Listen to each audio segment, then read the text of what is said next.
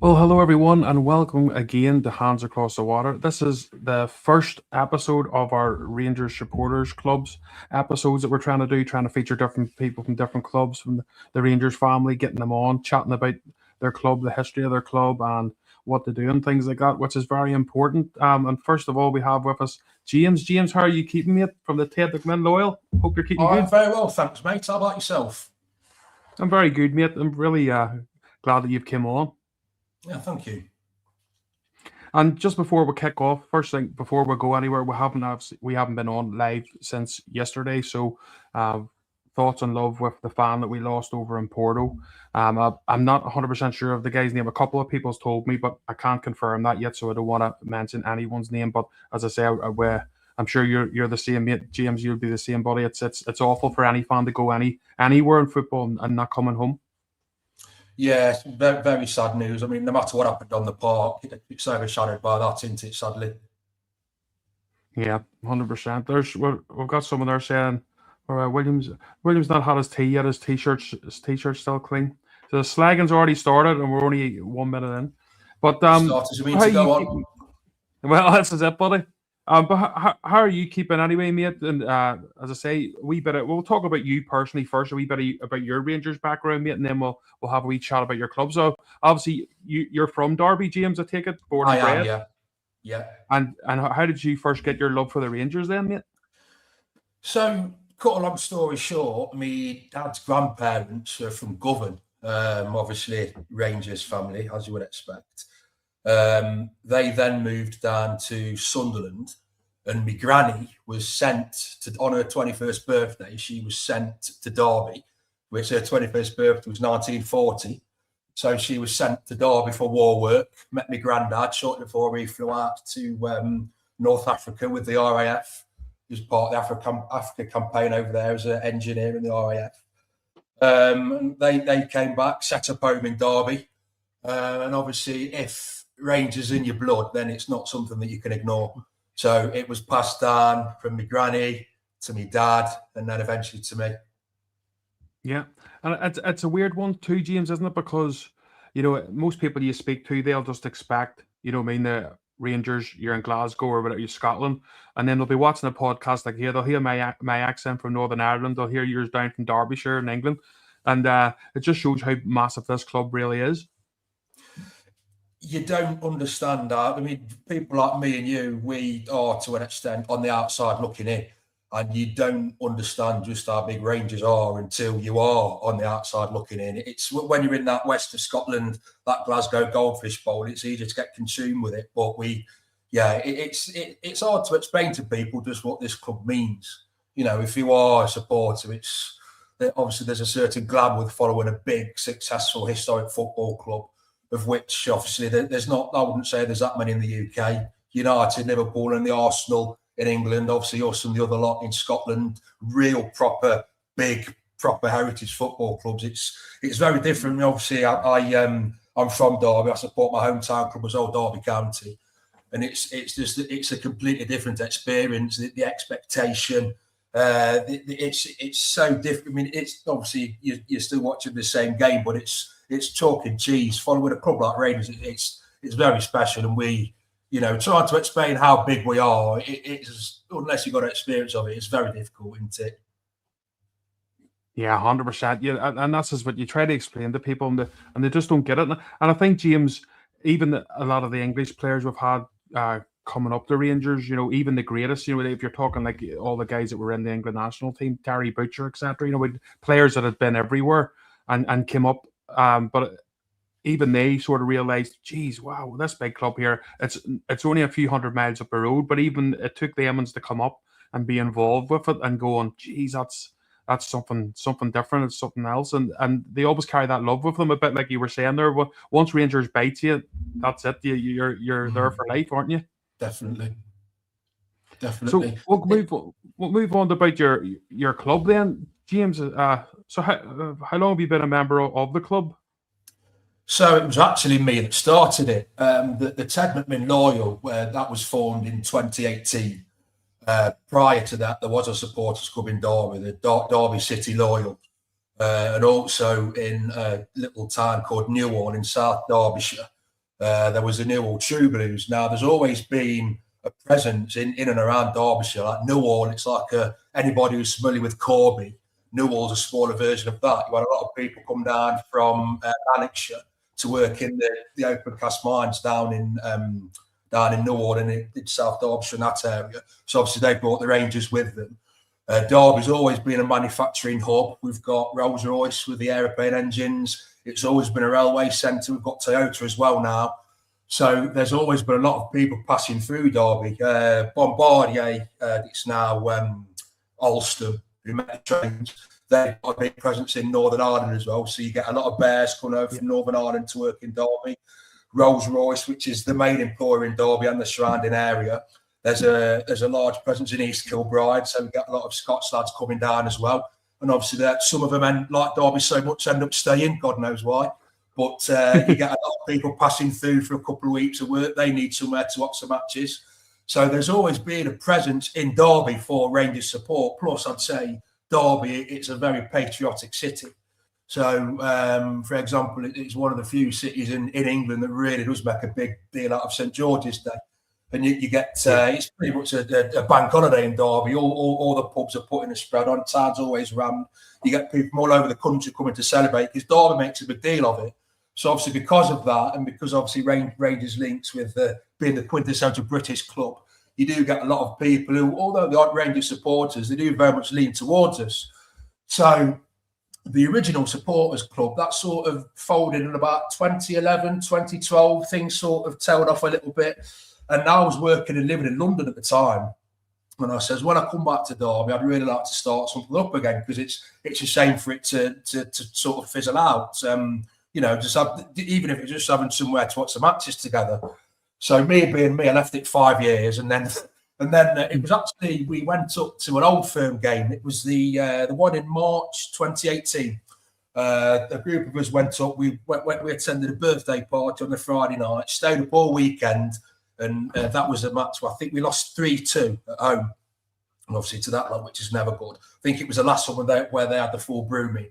But the result aside, we had such a good weekend. And I thought, there's something here. Because I think there was about 11 of us travelled up, all from Derby. We had such a good weekend. And I thought, you know what? The appetite's there. We've got to do something.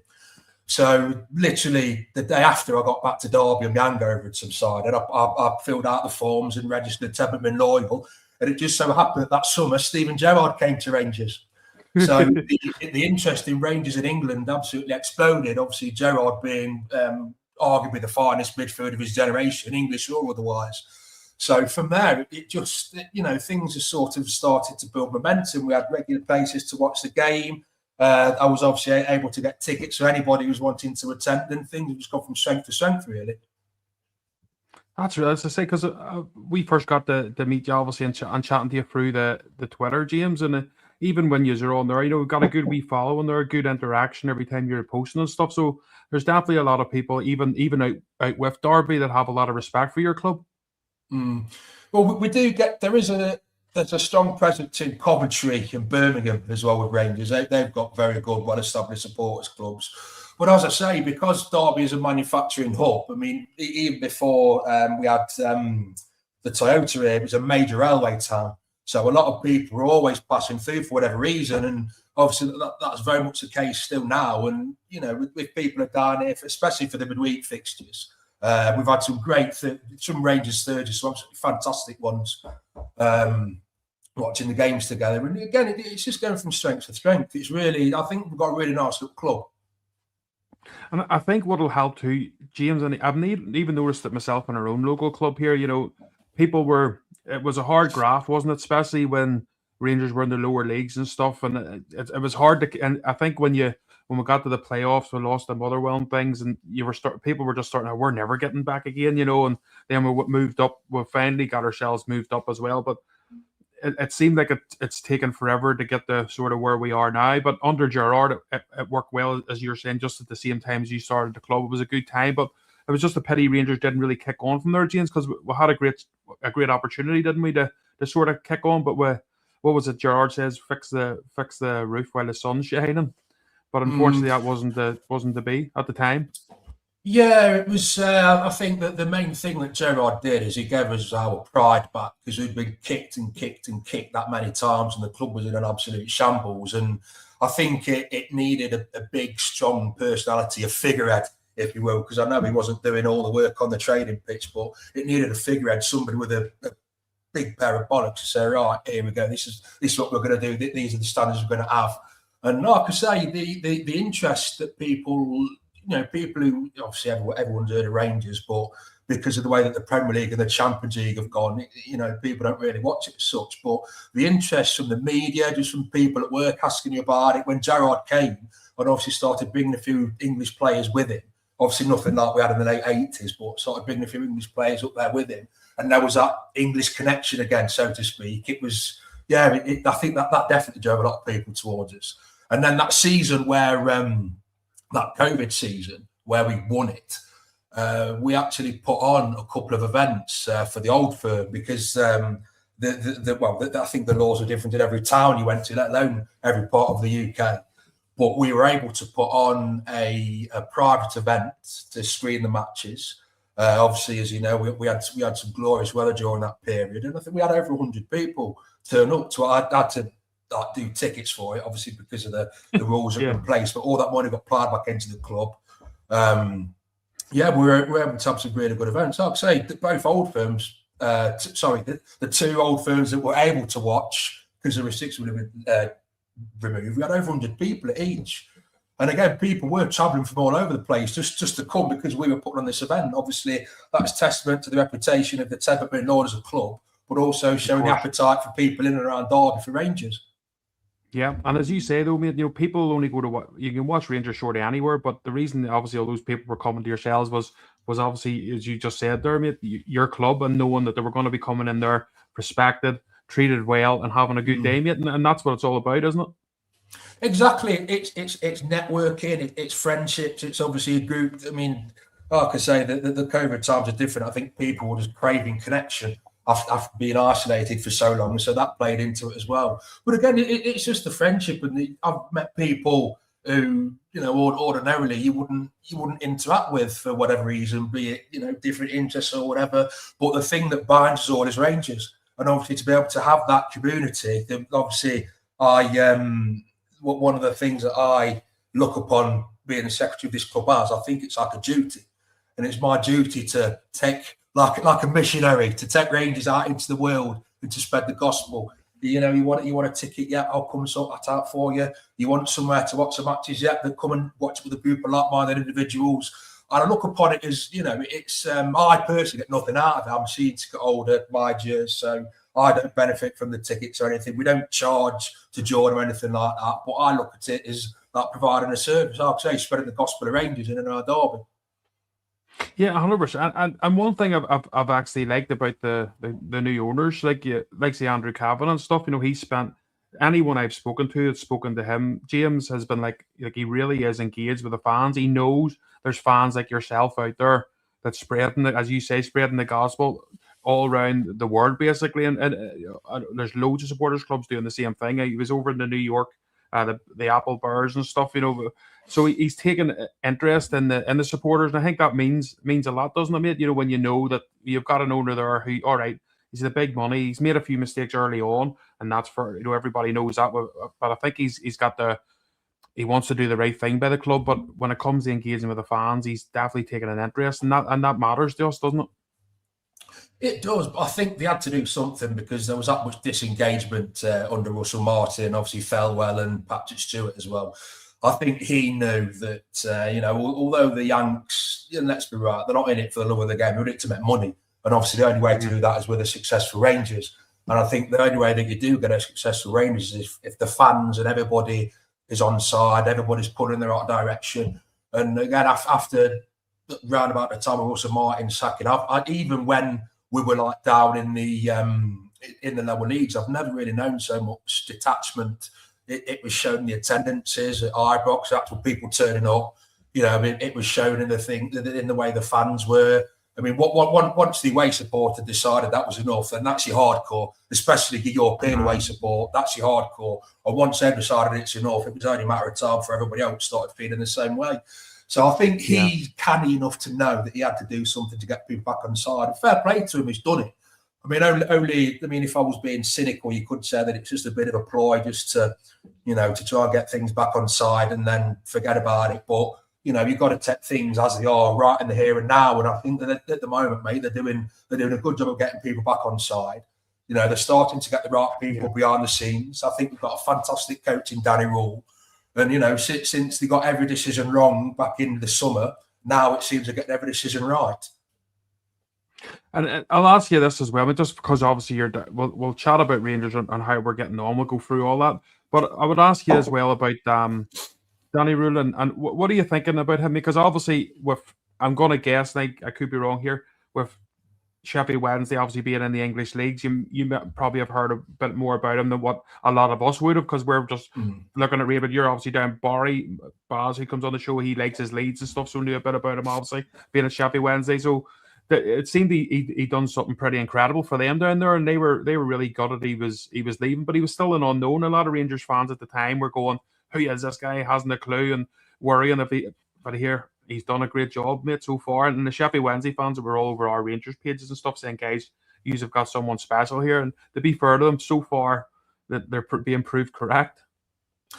He's a fantastic coach. I think you've only got to look at what he's getting out of a limited squad to show that. He's taken us from worrying if we're going to be in the top six to genuinely in a title race now, in a 3-horse race with the title. He's a really good coach. I think I saw one thing that he'd said about Taylor Asgard and how they moved him to the opposite side of the pitch because of the way that his body shape is, and it suits playing on the right. Just little things like that. Do you know what I mean? Those little marginal gains, he was so good at it. His attention to detail, fantastic. So I think, obviously, until he's waving a shiny thing at us come May, hopefully two of them, one at Ibrox, one at Hampden, until he's waving trophies at us, mate, it's all still very much in the air. But I'm very pleased with what I've seen from him so far. And if he can do this with the squad we've got now, imagine how good we're going to be when we get some proper footballers in. Well, this is it exactly, mate. I agree with you 100% there. Just having a wee look through the comments here. Let me see who's Oh, Bobby, it says, I think we had arranged to play a derby back in the day. I think we were beaten 2-0. That's what we were talking about, James, just before we come on. That was the 2014 one. I think Derby still had Steve McLaren as manager. That was just after we'd got lost to QPR in the playoff bar. Lally was at Rangers. That ended 2-0 to Derby. There was the Ted Mcminn testimonial game in 2006. Obviously, for those who aren't, well, I think everybody were aware, but Ted went through some health difficulties. He had to have part of his leg amputated. And Rangers and Derby Legends played a benefit match. It's still, to this day, bear in mind, we've had England internationals at Pride Park. It's still, to this day, Pride Park's record attendance, because obviously there was no segregation. Every single seat was taken. And that's unless they expand the stadium, that's a record that's never going to be beaten. Every seat that could be had was had. So those are the two games down at Derby.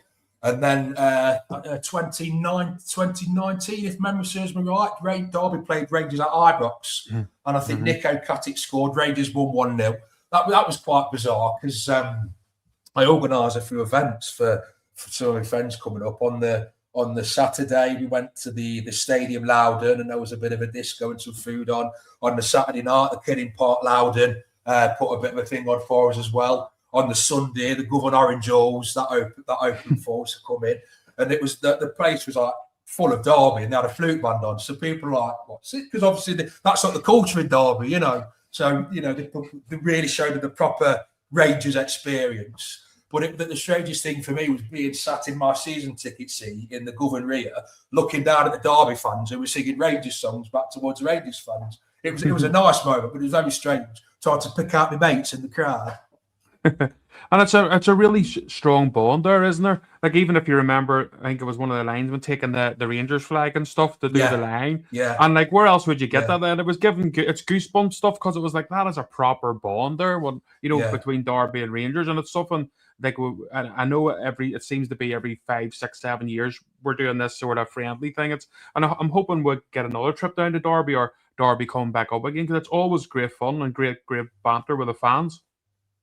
Like I say, Derby is a very patriotic city. So even, I mean, obviously, if you've got Scots heritage, you're going to lean towards Rangers because we are, no matter what people say, we are and always have been Scotland's club.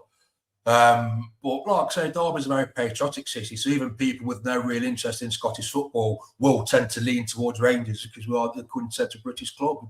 So something that we're all very proud of. And we're also looking, mate, as I say, but you just made point of Danny Rudder maybe getting a few better players. What are you thinking for the transfer window? Because obviously we're starting to get to the end game now. We brought on 3 good players there at the start of the window. It was like the 12th, 13th, 14th, and around them sort of dates. We brought 3 in. People starting to panic a wee bit now, looking at striker and stuff. But I still think Rangers will get at least one, at least the striker in. But what do you think we need, James, to add to the squad now to really give us get us far into that league title? I'd like a creative midfielder and a striker. I know that's probably the 2 hardest positions, apart from goalkeeper, the 2 hardest positions to fill, trying to get the quality that we need with the budget that we've got. But if we could get somebody who's going to put the ball in the back of the net, then I'll be very happy. Obviously, the strikers that we've got haven't scored as many goals as we'd like. That's partly due to the fact that we've not created as many chances as we'd like.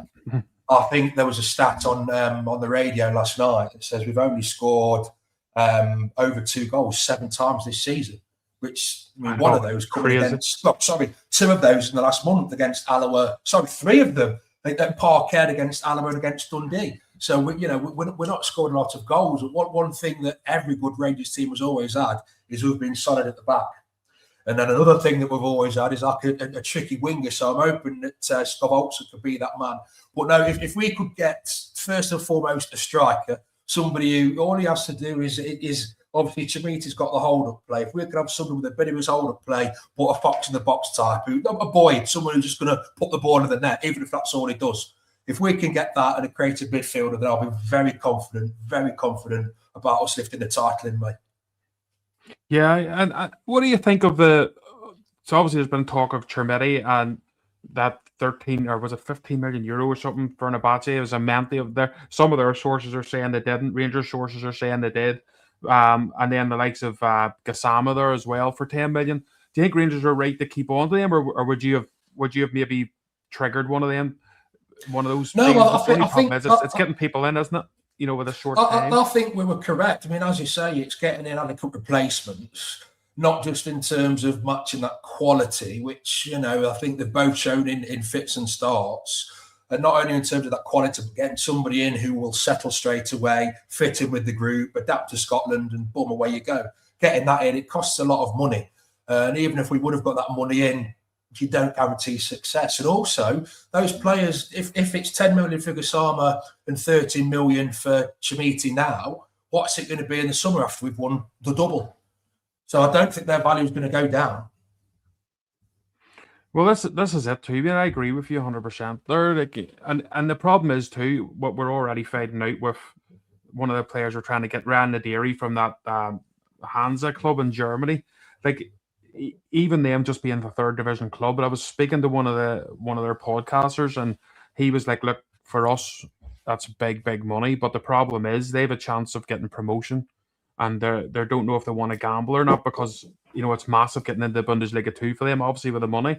So if you're looking to, it's all right saying take the 15 million, but as you say, mate, it's how are you going to go and get a striker who's playing well right now, scoring goals? Because in January, clubs don't want those players to go. Again, plus in whoever we sign going to come in and settle straight away and hit the ground running, because that's what you need. I mean, Chimiti had his critics earlier on in the season, but I was lucky enough to be at Parkhead when he displayed his masterclass a couple of weeks ago, and it's saying something about anybody who's got a cup final or an old firm named after them, they're going down in history, and that will forever be known as the Chimiti game. And since then, I think I was at the St Mirren game a couple of days before. And it was noticeable how well he played, his hold-up play, bringing people into play, causing problems, his running, his effort. It was really noticeable how that had come on leaps and bounds. And again, since he got those 2 goals at Parkhead, he's just growing in confidence. So if he could add some goals to his game, which we've seen he can finish, those 2 chances at Parkhead weren't easy. You've seen he can finish. If he can add goals to his game as well, then we've got a real asset on our hands. But as I said earlier, if we would have sold him for 13 million, great, you've got 30 million quid to spend. That doesn't guarantee someone who's going to come in and hit the ground running straight away. He's going to gel with his teammates. He's going to adapt to Scotland. I mean, Scotland at this time of year ain't exactly the best. So unless he's coming from a similar climate, he might have a bit of difficulty with that. The rough and tumble of Scottish football, there's so many factors that can go wrong in getting a side in January. Plus, how long is it going to be till he's trained and gets up to speed and everything else? So, no, I'd like to bring in a striker to supplement what we've got. But I do think we were right to turn down the bid. Like I say, if and when we win the title this season, his values only go up in the summer. So if we do get a bid for 15, 20 million, which, the way the money is in the top 5 leagues it's not impossible. If we were to get something for that and then flip him for twice what we've paid, that's good business. Yeah, and it's something we've been lacking for a long time because we've always talked about doing this, buying cheap, selling high. But unfortunately, we've probably picked the wrong players, through the last few windows. We end up always having to just get rid of them. I think it was even under Clement. It was just a matter of like Lammers and stuff, if you remember. It was just take them. Anyone, please, just come in and take them. And the money being wasted. But it seems like it's being invested a bit more wisely. Now, if you had have asked us about 3-4 months ago, when it was Russell Martin and Failwell, we'd have been saying, what the hell have we bought? But Danny Rule again, showing as a coach he is, as you say, those fine margins. And I've noticed, even since Danny Rule's come in, straight away with Chermiti, it's just been, right, here, well, what are you good at? Right, you're a target man. You can hold the ball up. You're good with the ball at your feet. You can bring others into play. Even things like that. And straight away, people were saying, this guy Chermiti, he's starting to play well. But then he went into obviously the Old Firm game and turned on the style. So it proves again, mate, that maybe the signings we've brought in are actually decent players. It's just taking a better coach to get the best out of them. I think that's a fair assessment, yeah, because there's no way that Chermiti would have improved or be playing as he is now if Martin was still the manager. And that's testament to Danny Rule. I can't think of a single player in that squad who's gone backwards under him. There's the likes of Rothwell and that who had their chance and didn't take it. And obviously they've been pushed to one side, and rightly so. But I can't think of a single player who hasn't improved under Danny Rule. And again, that's testament to his ability as a coach. Yeah, no, I agree with that 100%. He's been very, very good with bringing even the likes of Asgard, he's another one. People would have just got rid of him this window straight away. Just get rid of him. That's what people were thinking. And then he started to get a bit of confidence. He's been, as you say, the fine margins, the tweaks will put you over this wee side of the pitch a wee bit because of the way your body shape is. Which is things that, mate, when you're watching Rangers, we're invested that much. We don't see that. We just see the bad pass or whatever, and we go, oh, he's terrible. We don't see if he was shaped here, maybe if it's a wee bit over this side, that can help him. I know, but obviously that's why Danny Rule's getting the big money, mate. And mate, it's that attention to detail that's what sets the top coaches in any sport apart from the rest. It's just seeing things that nobody. I mean, he's paid handsomely to do so, but it's just seeing those little things that nobody else sees and putting it into action. 100%. I agree with you there, mate. As I say, we're gonna. Let me see. I've just seen a few comments here. Let me see what Bold Blue says. Prove is one thing, good enough is another. A massive question mark still on Chermiti. We need that number 9 that scores regularly. What do you think about the whole Dessers situation, James? Where we're a lot of he was another one, scored 50 goals, around 50 goals. I think it was in the 2 seasons he was with us, and still a lot of people just weren't having him. They're like, nope, he's not for me. And I would say, I think it was like 2 or 3 months in, a lot of straight away. I think most even his biggest critics were going, I think we should have hung on to him even for the season. But I don't know if you think that, or we're better off just moving on from Dessers. The one thing I loved about Cyril Dessers, and any player who displays this, is his attitude. No matter how hard things were for him, no matter how much stick he got from the crowd, no matter how many chances he missed, his head never went down and he always came back for more. And he ended up succeeding. His shot conversion rate wasn't great, for the amount of chances we created. He should have scored a hell of a lot more, and that's even with getting over 50 goals over 2 seasons. But I loved his attitude. And if we had 11 players in the team with that attitude, obviously a bit of talent and skill as well, but if we had 11 players in the team with that attitude, then I think we'd be in a much better position now. But I do think it was time for him to go. Wheal says that he's not consistent enough to be a Rangers number 9, and he scored his goals, but again, it's the chances that he missed. It just infuriate you. It was crazy though, because he'd missed what looked like an easy 2-yard chance, and then he'd score from 25 yards or something. The goals he should have scored, he didn't, because he had time to think about it. And then the goals, I was at Old Trafford when he put that one in, and we thought we'd got a point. That was amazing, the way he just rolled Maguire and sorted it, because he had no time to think. He just instinctively did it. And I think when he instinctively did things, it was much better. But no, I love Cyril Dessers because of his attitude and his mentality, and I wish him well for the rest of his career. There's a bit of chat as well. I don't know if you know much about Cameron Archer. I don't know that much about it. I know he was obviously maybe a couple of years ago. A lot of people were thinking he was going to be the next big thing, and obviously at Southampton now, and it's not really working out for him this season. But there's talk of him maybe coming to Rangers. But I don't know if you know much about him. But I was just reading the fan forums of Southampton. Most people were like, "Let him go. I'll take him the taxi up and stuff." So I know sometimes a move can change things for a player, can kick things into gear, but is he that striker really that's going to come in straight away and no, this isn't the time for signing project players. I know in Chukwani, they've signed him with an eye on the future, but he's already shown he can come in and be tidy and do a job. We can't be signing young players on loan or project players. We need players who are going to come in and strengthen that starting 11. We're in a title race. We haven't got the luxury of nurturing players soon, because whoever we sign, the way Rangers, the way we are as a support, I obviously include myself in this, we're very demanding. If we're bringing in somebody as a forward, we expect them to hit the ground running straight away.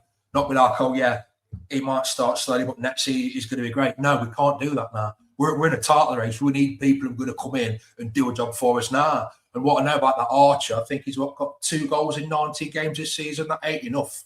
That ain't enough for what we need right now. That's not enough. So no, I wouldn't be looking to sign a player like that. No. Yeah, I was thinking the same myself, but I was just asking because obviously you being down there, I was like, I wonder maybe if James has got knows a wee. But if even you're going, no, he's not the one, then I'll agree with you there, mate, because that's what most people have been saying, to be fair. But I didn't know enough about him. But I know we were interested in before. I think it was actually Gerrard. I think it might have been Gerrard a few years ago when he was there. He was a lot younger. I think it was, as I say, it was all the hype. But how many players has that happened to in the past, James? And then the pressure gets to them, and sometimes they get so much money when they're so young, and maybe their eye goes off the game a wee bit, and it's hard to get it back, isn't it? Yeah, I mean, Southampton, over the past 20, 25 years, maybe, they have had a very good youth policy. Obviously, the 2 that spring to mind immediately would be Gareth Bale and Theo Walcott. So if he's come through their academy or he's been signed for their academy, then there's obviously something there. But like I say, he's not what we need at the moment. We need somebody who's going to come in and do the business straight away. We can't be signing players for the future now. What money we've got should go to players who are going to walk into that starting 11 and instantly make us better. And I'm not saying he's not good as a player, because he is, but right now, I don't believe is what we need. What's your thoughts on another young English talent, James Mikey Moore? What's your thoughts on him? Now, he was another one under Russell Martin. Everyone again, it's the same old thing. Everyone get him back down there. He's no use. He'll never do anything for us. And again, Danny Rudge come in, and you've seen the confidence straight away on him. He looks like now he is obviously your sort of project player, as you know, but he was brought in early. I'd love to get him, and I don't know if it'll happen, but I'd love to get him on another loan for next season again, because I'm sure he'd still probably not be playing for Tottenham full time. I don't know, but what's your thoughts on that, mate? Well, the way Spurs are at the moment, mate, he'll probably get straight in their first team. But no, as much as I think we'd all love to have him back next season, I don't see it, because he's very highly rated at Tottenham. So, yeah, I half jokingly said it, but he's either going to be in Tottenham's first team or he's going to be in a lower end Premier League team next season. I think we should just enjoy him now while we've got him. But I think he's like Mega Homer in that they came through all the shit with Russell Martin, not unscathed, but they've got that mental toughness that just kept them going through it. And they've gone through the worst of what Rangers can offer. And now they're starting to see the best. Again, a title race, a chance of trophies. And Mega Homer especially, I think he's really coming on leaps and bounds of late. Mikey Moore has been a bit quiet the last couple of games, but again, he's still dangerous. And is another one. It might not be going his way, but he never hides. He always wants to get in the ball and try to make something happen. And that's, as a young player, just having that zest and that love for football, that's something that should be cherished. But like I say, we should enjoy him while we've got him, because I think the chances of him being at Arbroath next season are very slim. Very slim. And what about and Montgomery? That's a good point you made there, man. I think he's coming on to a game. He really, really is. I thought he was I thought he was one of the ones played pretty well yesterday. I thought he was actually unlucky to be getting hooked off. I thought maybe Tavernier or something, because you've seen the legs were starting to wobble, but Montgomery was the one to maybe again looking towards the game here on Sunday, obviously as well. But what did you think of the match last night, mate? It's 15 minutes of madness, really, wasn't it? There's only two things I wanted from last night: no injuries and don't get embarrassed. And both of them, you got a tick in the box. So I think that's all you can say, really. There's no point discussing it, because Porto they are a fantastic football club. They're doing very well domestically this season. I don't think you can read anything until last night. It's a shame that winning run went, but also I don't think there is any shame in it, because they are such a good team. So yeah, last night nobody got injured. We didn't get a chase in, so leave it in the past and move on to Sunday. Yeah, I agree, and that's what I said. I said the exact same to Baz just before the game kicked off. Is me, don't get hammered, and let's get no injuries. And as you said, both boxes were ticked. I think that's what most people were looking at that one, mate. Because I think Rangers will do better in Europe next season, but we know there's still a few things to sort out. But that'll happen over the next few windows, hopefully. But what about Sunday then, mate? This is a big one, Pasty, Easter Road. We know it's a hard place to go. Rangers have a good record there in recent times, but it always scares me, James, every time it comes up. I'm always worrying what sort of Hibs team's gonna turn up, because they can be good on their day. But it'll be interesting to see, especially the Lexi Olsen and stuff, mate, because I know he came on, or he had started the last league game, and people were expecting so much from him, and he obviously hasn't played a lot of games, so it's still going to take him a while. But I think with the being an open game against Hibs, they'll come and attack. The space will be there. I think we'll maybe see the best of Olsen probably this weekend. Yeah, I mean, I'm the same as you, mate. Whenever Easter Road comes around, I'm always nervous about it. But then I think, why? Because we have got a great record there. When we played Hibs in the League Cup back in September, I really thought that they'd beat us, because they were in really good form. Yeah. We weren't, and I thought they're going to obviously be backed by an increased away allocation of noisy, expectant fans. And I thought, yeah, they're going to want to put on a show for their supporters. They can smell blood, and they're going to come in and do us. And perhaps if that Boyle goal would have stood, maybe they would have done, obviously, as it was when they beating them 2-0. I don't know, it might sound really strange, but I was disappointed with Hibs that day, because I was expecting them to give us a game, and they didn't really. So I think on Sunday, I expect us to win. It'd be tight, 1-0. Maybe 2 if we go a breakaway in the last 10 minutes or so. But I just expect us to go there, be absolutely resolute, robust and professional our approach. And I can see 1-0 Rangers on Sunday. What's your thoughts on the Hearts team at the minute, James? Because it's one of those ones where everyone has been going, I know, but they'll not last. They'll fall apart. They'll fall apart. Watch them over Christmas. They'll fall apart. Christmas is now over. They've got a few injuries and stuff, but they're still ticking on. They're still they're still got a bit of a lead over us, James. But it's up to us. Obviously, we're going to have to obviously beat them at Ibrox. We'll have to go to Tynecastle on the split and stuff. But they have been impressive, haven't they? They've been top of the league for 4 months. That's unheard of. I can't remember the time that's happened, as in a team out with the old firm being top and dominant for so long. I mean, obviously they drew against that last weekend, but in the 4 games against the old firm this season, they've won all 4 of them. They aren't a flash in the pan. They've got a good manager. They've got a very good setup off the park. They've got a good squad, and everything's just come together for them at the right time.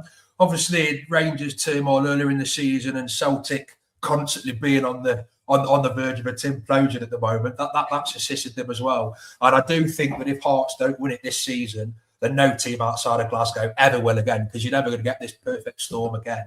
But yeah, the Hearts are top of the league, and have been for so long for a good reason. They're a good little outfit. They all play for each other. They've got some players on their team who I wish we'd sign. Well, look at that Braga. He come from the Norwegian second division. Look how good he's been. That Finley's been really good for them as well. Obviously, Craig Gordon, the guy's the same age as me, and he's making saves like an Dens Park. He's got no right to be doing that. You know, he's a quality goalkeeper. He'll be off to the World Cup in the summer on the back of that. So, yeah, Hearts have got a very good team. And whilst I'm not going to say I expect us to overtake them and win the league. Obviously, if we want to win the league, we're going to have to. I'm confident we'll do so. But no, Hearts are where they are for a good reason, mate. They're not a flash in the pan. And they are there because they deserve it. Yeah, definitely. And I say I think they'll be there for some time yet. They've got good backers there. They've got I can't remember if it's. I always get mixed. I don't know if it's Bournemouth or Brighton. It's one of the two. But they have Brighton. Their scouting system, and they can, like you say, their Braga analytics. Yeah. And they can go and pick that. And that's when I was sort of going, when we went for the guy from the Bundesliga 3. And you get a lot of people going, oh, why are we going down there? He must be useless. And you're going, guys, there is gems out there, and that's what Rangers need to be finding. If we want to make, be this here, buy low, sell high.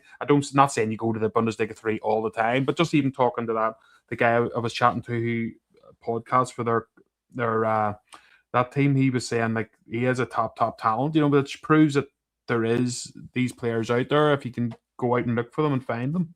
Well, I think the way a lot of it works now, it's not like scouting back in the day where you'd have a scout who'd go watch games and do reports. I think now it's especially now that a lot of things in football, especially off the park, are more data driven. I think it's like, right, we want this certain type of player to do these certain roles. He's got to have these attributes. So they'll go out and say, okay, he's got to be good at this, good at that, second injury record, what his running stats are and everything. And then they come up with profiles of players. Obviously, to go back to Hearts and Brighton for a moment, if you look at the way Brighton have been over the past, I remember Derby beating them in the playoffs in 2014, when we obviously went on to lose the QPR, and they were just starting to get this little system in place. And I think the next year, Brighton actually went up and stayed up. And the way their scouting works is they've got a player, let's say McAllister, who went to Liverpool. They've got that player there. They've already signed his replacement, so they've got a list of another 10 for when he goes as well. So it's like a constant conveyor belt of talent. And that's similar to what Hearts have done. Obviously, Cammy Devlin's out for a couple of months. They signed that chap. They went for a fella from Forest Green, and that got turned down because they're looking to get back in the Football League this season, looking good for his old Forest Green, so they didn't want to let him go. So they signed some chap from Birmingham on loan. And he started a bit dodgy. He gave away the free kick that Celtic scored from, but then he bossed the match straight away. Boom, he just slotted in because they knew that his attributes would fit exactly what they're looking for. And I'd like to think that with this striker from Germany, it is exactly the same. I mean, German third division ain't particularly exotic. But if Danny Rall has said, I want a player who can do this, this, and this, and he fits that profile, bring him in. Yeah, 100%. And especially now with Rangers we're doing the old Arsenal thing now, the set piece. And you know yourself, James, if Rangers had a corner, that was your time to go for a piss, time to top up your drink. Get a bobbing or something, mate. Yeah. Time to do anything but watch that corner. But now you're going, here, we can do something here. Every time we've got a set piece, no matter where it is in the pitch. And if you're looking, it was obviously at YouTube, infamous YouTube, but just watching and doing a wee bit of research on that guy, Nadiri, and you can tell he is good. He is very good in the air. You've seen it from from that club, from throw-ins, corners. He was at the front post doing the old Aribo front post header flick on back into the box. So you can definitely see where the attributes is, where Danny Rill's looking at and going, right, these are what I want. But he also looks like a good finisher, which is something we're lacking. We've got decent players like Trimity can do his job, but it's the finishing part, and we need someone who's a bit more ruthless there. Yeah. The only problem with that is if he does come in and is good at set pieces, and I'll have to, because I put a fire on Manny Fernandez for his goal every week. Because from his set pieces, he's a man, isn't he? Big, powerful defender going in there. But no, if it's obviously the strikers haven't scored as many goals as we would, well, nowhere near as many goals as we'd like them to, let's be right. But because we're so good at the set pieces, it's sort of took a bit of the focus off that. Do you know what I mean? And like I say, it's those marginal gains, and rules recognise that that's an area that we're not very good at. It's an area that we can explore. Again, it's no coincidence the team who scored the most set-piece goals this season are Hearts, top scorers in the league, 4 points clear. It's there, isn't it? You know, any little advantage you can get, you've got to apply. And now we're us getting that set-piece coach. That was exactly Rangers doing that, and it straight away it's sort of bearing fruit for us. Well, we'll go through a few questions here. Well, we'll start with this one. This isn't really a question. Well, it's maybe a question for you, James, in particular. I'm going to say, James, recognise the voice. You have been on my heart and hand, David Egger. Good to put a name to your face. Yes, I've got a perfect face of radio, haven't I? So do I. It's all right, mate. No problem. Let me see. We'll go through this. So, Alison Knox has asked, and this is sort of fresh off the press today, just before we come on, the young Curtis. What do you think of that, mate, going to Kilmarnock? My opinion is Olsen's there to play, and that's a fact. He is going to play every week, you know, in that league especially. Curtis will find it hard probably to get the game time that he's looking. But, you know, Neil McCann, Billy Dodds, two ex-Rangers players that know what he's all about. I've worked with him before under Barry Ferguson. It wouldn't do him any harm, in my opinion, going to Kilmarnock and maybe getting a few games under his belt. But there is a lot of players, James, that would rather have him at Ibrox. What's your thoughts on young Curtis? I think it's the right move for him because we know he's going to be looked after by Neil McCann and Billy Dodds. Kilmarnock have got everything to play for. It's a different type of pressure at the bottom of the league, but it's still pressure. So it's not like he's just going to be having a couple of kickabouts because it's floating around mid-table and nothing's happening. Killy's in a scrap for their lives at the moment. So every game he plays, there's something on it. So I think it's going to be good there because it's going to toughen him up mentally. And I think if he's not going to get the minutes at Rangers, obviously on the right-hand side, we've got Olsen and Ant-Man. He's not shown us what he can do. I think obviously there's a player there who's the top assist provider in the Dutch League last season. So he's going to be your backup right winger, for want of a better word.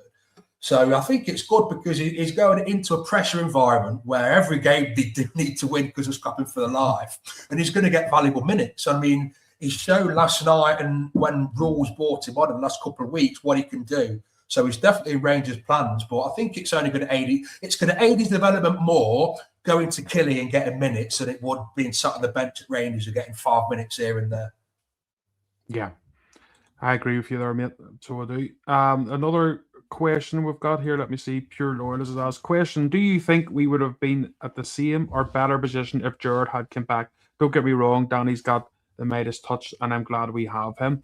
Well, that's a hard one to say, but listen, what's your thoughts on that one, James? I know a lot of people are wanting the Gerrard thing. Big Baz, especially on the pod, was desperate to get Gerrard back, but you're winning 8 games out of 8, or 8 their own stuff in the league. It's hard. You could say you could do much better than that.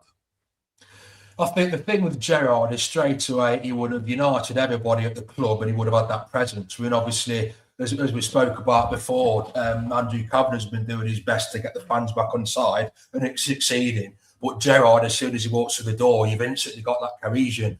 But with regards to getting the results, it would have depended who we brought him with him, because as we know, Gerrard, he's not on the training pitch leading the drills and doing all the coaching and that. So if he could have brought in, dare I say it, Michael Beale, if he could have brought in people like that around him, then yeah, we might well have shown the levels of consistency and got the same results that we're getting now. But Gerrard on his own wouldn't have done that. Yeah, I agree. And another thing, like, it might be a few years down the road, if Danny Rowe keeps doing what he's doing, you know what it's like. All sharks are in there and they come in, they feed off different clubs, and they may be losing but sometime. I know that's very early to say, but you never know. You might see the likes of George slipping in then, because he has left the door open to come back. Yeah, possibly. I mean, I would like to think that, if we want to be taken serious as a football club, I would like to think that succession planning is already in place. So they've already identified Danny Rowe's replacement. I mean, hopefully, providing he's successful, don't get me wrong, hopefully he's with us for a long time and we're winning trophies and this, that and the other. But as you say, all it takes is a team from down south to come in, treble his wages, and he's playing in a bigger league with more exposure, even the German national team, depending on how they do over the next few years. All it takes is someone like that to come in and he's away. So, I'd like to think we've already got his replacement lined up. Again, that succession planning, it's not just the players that you sell, it's staff as and when they go as well. Yeah. Let me see what else we've got here. So, test video. Is the jersey too heavy for Ant-Man? Will he come good? I'll be honest, I don't know what you think, James. I think it'll be a wee bit like what's happened with under most players under Danny Rule. I think once he gets his claws into him for long enough. Now, he was unlucky. He got a wee injury there only early in the Danny Rule spell. He was getting game time. And then obviously that injury knocked him back. But I'm going to just put my guessing hat on and thinking that Ant-Man will be okay. I think Danny Rule will make a player out of him, mate. I don't know what you think. It's no coincidence that his best game for Rangers was his first one, where he wasn't particularly tied down by Russell Martin and his strange ways. So, yeah, I think if anybody can get a tune out of him, it's Danny Rule. But at the same time, he deserves a chance because he's not had a fair crack of the whip under a proper manager, has he? No, that's true. But his stats in that Eredivisie, mate, are quite incredible, And the weird thing is his game is getting the ball and crossing, and with us having the big strikers, that should be perfect. It just hasn't worked out for whatever reason. It seemed to be the only game he was really good was the one he was just literally off the plane, put a Ranger shirt on, you go and because, do your thing. He played instinctively, and he wasn't being told where to stand at kickoff by Russell Martin. Exactly, mate. Exactly. Let me see. We'll move on. There's another one here. Bold and Blue. Thoughts on Tab, lads? Was last night the final nail, or does he deserve an extension? For me, it's time to say thanks for your service and move on. What's your thoughts on Tab, mate? Great servant for the club, as we know. But Father Time waits for no man, as you know. And in the league, he hasn't been too bad. But when you're going to port away these awesome teams, that is, if you're going to have any weaknesses, they're going to be found out. But would you have Tab around for next season, maybe to come off the bench, or would you just say, as a lot of the fans are thinking, maybe it's just time just to move on? Again, as I said earlier, I think you've got to take last night in isolation. We're not going to play a team as good as Porto again this season. And against Dundee at the weekend, it was for me, it was our outfield man of the match. So he's still putting in solid performances in the league. It's bad that we've got to rely on an agent Tav to get those performances, but he's another one. He doesn't hide, and he always steps up. Keeping him next season, I think if he's prepared to. If he's prepared to accept to take the back seat, and it's going to be like, okay, you keep him around for his experience. He's not going to play, only if there's an emergency. But just his attitude, just showing that example to the younger players. And obviously, if the wages are right, then yes, I would keep him. But absolutely no way would I be considering him an option for starting at right back. It'd be an emergency, but more a wise old head, a good pro to show the young lads that how to live your life and how to go about things, basically. And to be fair, Tav has his critics, James, but Clement, the only thing you can say is Clement tried to do it with Nana, if you remember, and Sterling. Both of them two were actually in the day, were the one taking the right back position between each other. They both got injured. Tav was there, always fit and ready to go in. They've tried again with Max Aarons, thinking they've got a good player who's been in the Premier League, who's been away to Valencia and stuff at good clubs. They brought him in. It didn't really work out. So, they have tried to change that position, but the thing is, Tav's always been the one that's been fit and available and playing half decent in it. So it's a hard one, isn't it? I think Sterling probably is the best right back on current form. He is the best right back we've got at the club at the moment, but he's made of glass. You can't rely on somebody who's injured all the time. And I think I look at Nathan Patterson, and I think he came through 3 years too early. If Nathan Patterson would have broke through in 2024, say, then he'd be our starting right back now. But when he came through, he was never going to overtake Tav because that was prime Tav. Those 3 years where we had Patterson as well, that was prime Tav. Plus the money we got offered for him, it was too good to turn down. But like I say, if he'd have broke through, say 2 years ago, then he would be the answer to that problem now, wouldn't he? Yeah. No, this is it, mate. I know it. He's another one. Unfortunately for him, it's a few injuries down there, and it's hard to get things going for himself. But he's another cracking player. But that's another whole debate again. We could do another whole show on about our young team and not enough young players coming through. But I think it's good, James, that the young Kyle Glasgow is saying, or well, is going to be saying in here, because a lot of players or clubs are wanting him, but he must be believing in what he's being told by the likes of Danny Rule and the owners and stuff for his path. And it's good to see that we're finally maybe getting someone here who's going, hold on, this maybe is the best for my future, being here at Rangers. Well, yeah, obviously we've been stung at that before with Billy Gilmore, but I think the money that Chelsea offered him was life-changing, not just for him, but for his whole family. Plus, obviously, getting his son away from Glasgow, completely out of the goldfish bowl, completely away from any possible bad influences, shall we say. It was the right move for him. It's just a shame that we never got to see the best one, never got to see any of them at all. But Carl Glasgow, again, it's the same kind of thing. A team from England could offer him life-changing money for him to never make a first-team appearance. And obviously, it depends on what he wants. If he is that passionate about Rangers, which he does appear to be, and if Danny Rawlers says, "Look, here's how we'll get," because I think he wanted to play him against Alloa, but because he's under 16, he wasn't allowed because of SPFL rules. Obviously, when he turns 16, that's a little bit different. He can come on and start getting minutes, and if he sees that pathway is there, and if the staff are telling him and convincing him and his family that Rangers is the best place for him, then it makes sense to everyone. Yep, I agree with that. We're about 4 minutes left here, James. So I want to talk a wee bit more, obviously, more about your club specifically. Do you want to let everyone know how to find your club and obviously if they're ever going down toward Derbyshire or whatever, or that sort of direction, where they can find you and watch a game with you and stuff? So yeah, you'll find us on X and Instagram at Ted Mcminn Loyal. There's a Facebook page as well, which is called the Derby Loyal. So you've got the Ted Mcminn Loyal, which is the parliamentary party, and the Derby Loyal, which is like the strike arm. They're basically the same kind of thing, but a little bit different. And we watched the matches at a pub called the Bess of Hardwick. For anybody who knows Derby, it was formerly the Wardwick, a nice historical pub. Whenever the games are going to be shown, it's across all the socials.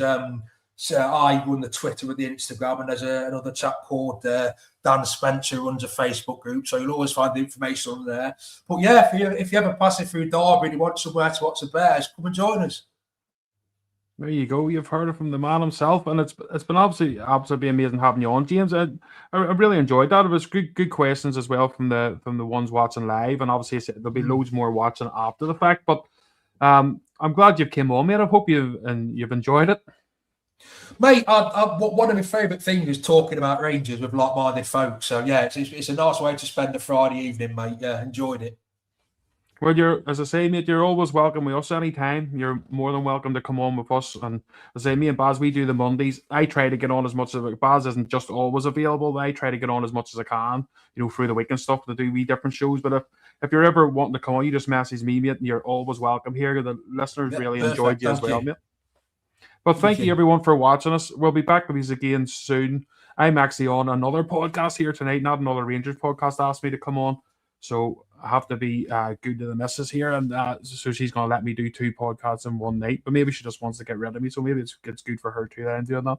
But thank you everyone that's listening, and if you want to listen to me again, you'll hear me there later. You can catch me on the Not Another Rangers podcast. But thank everyone for watching. We really enjoyed that. And James, thank you very much for coming on, mate. Really had a good time. Thank you for having me.